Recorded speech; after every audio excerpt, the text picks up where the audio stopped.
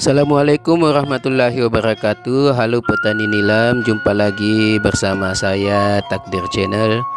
Jika Anda pecinta tanaman dan suka suasana pedesaan, maka Anda berada pada video yang tepat. Jika sebelum kita mulai video ini, maka terlebih dahulu silakan tekan tombol like, subscribe, dan bunyikan loncengnya agar video saya ini bermanfaat untuk Anda dan tidak ketinggalan video terbaru dari saya.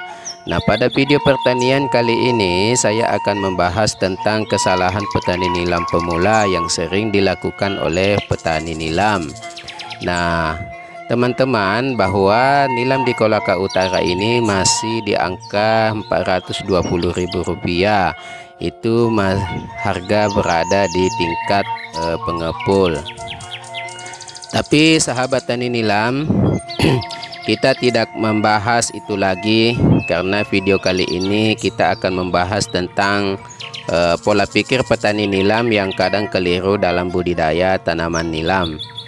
Sebagai petani nilam, tentu kita melakukan kesalahan-kesalahan, namun hal ini wajar karena masih pemula, dan yang tidak wajar itu manakala kita tidak mau belajar dari pengalaman orang lain. Saya kira itu sudah dari dulu menanam nilam, saya kira itu hal yang mesti kita pelajari.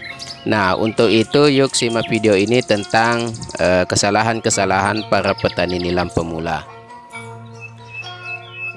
Teman-teman sahabat tani nilam, kesalahan pertama yang sering dilakukan petani nilam kita itu adalah terlalu banyak menggunakan pupuk dan pestisida. Sebagai pemula, tentu kita ingin melihat tanaman nilam subur dan cepat besar, sehingga kita memberikan pupuk yang tidak sesuai dengan usia dan kondisi tanaman nilam kita, sehingga yang terjadi, nilam yang kita budidayakan tidak sesuai dengan harapan.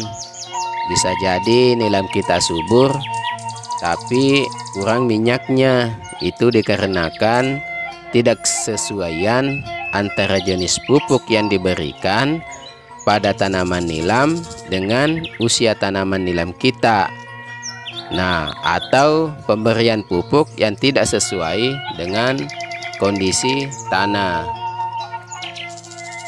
Nah, itu kesalahan yang pertama. Nah, sekarang kesalahan yang kedua yang sering dilakukan oleh petani nilam pemula, yaitu jarak tanam.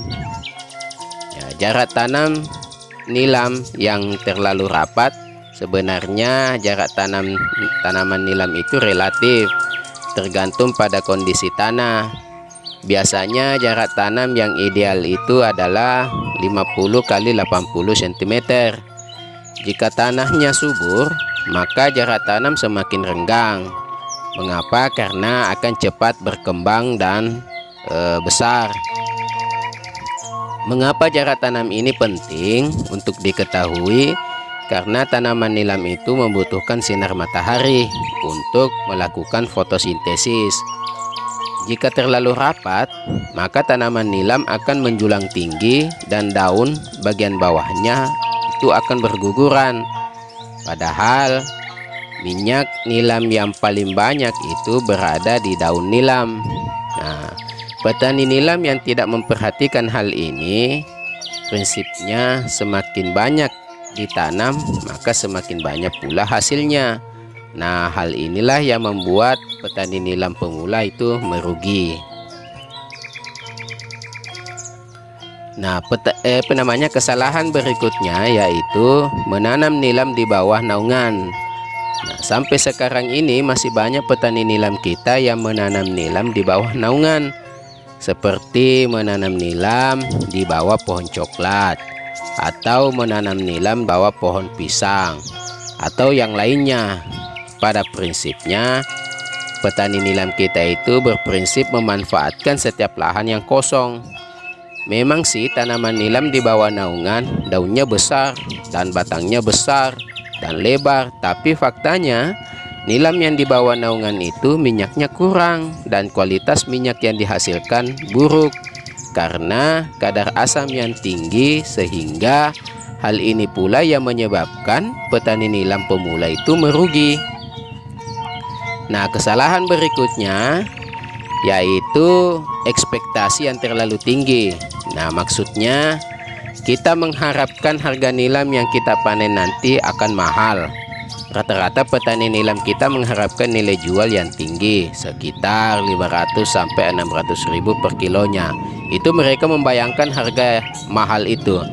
Nah, jika dikali sekian puluh kilo, maka hasil yang didapat sekian puluh juta. Nah, harapan seperti inilah sangat wajar jika masih baru dalam budidaya nilam. Petani nilam akan semangat sekali karena membayangkan begitu banyak hasil yang diperoleh nantinya. Namun, petani nilam harus pahami bahwa tanaman nilam harganya fluktuatif atau tidak stabil. Kadang mahal, kadang turun. Jika petani nilam memanen nilamnya di harga rendah, maka petani nilam akan merugi karena sudah banyak biaya yang dikeluarkan untuk budidaya tanaman nilam ini, mulai dari ongkos tenaga kerja sampai biaya pupuk dan obat-obatan. Jika di total hasil dari tanaman nilam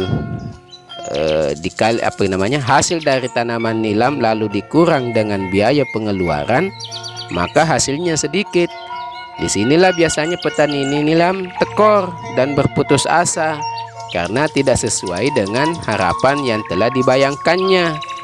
Nah, begitulah kira-kira kesalahan-kesalahan petani nilam kita yang sering dilakukan, yang tidak diperhatikan.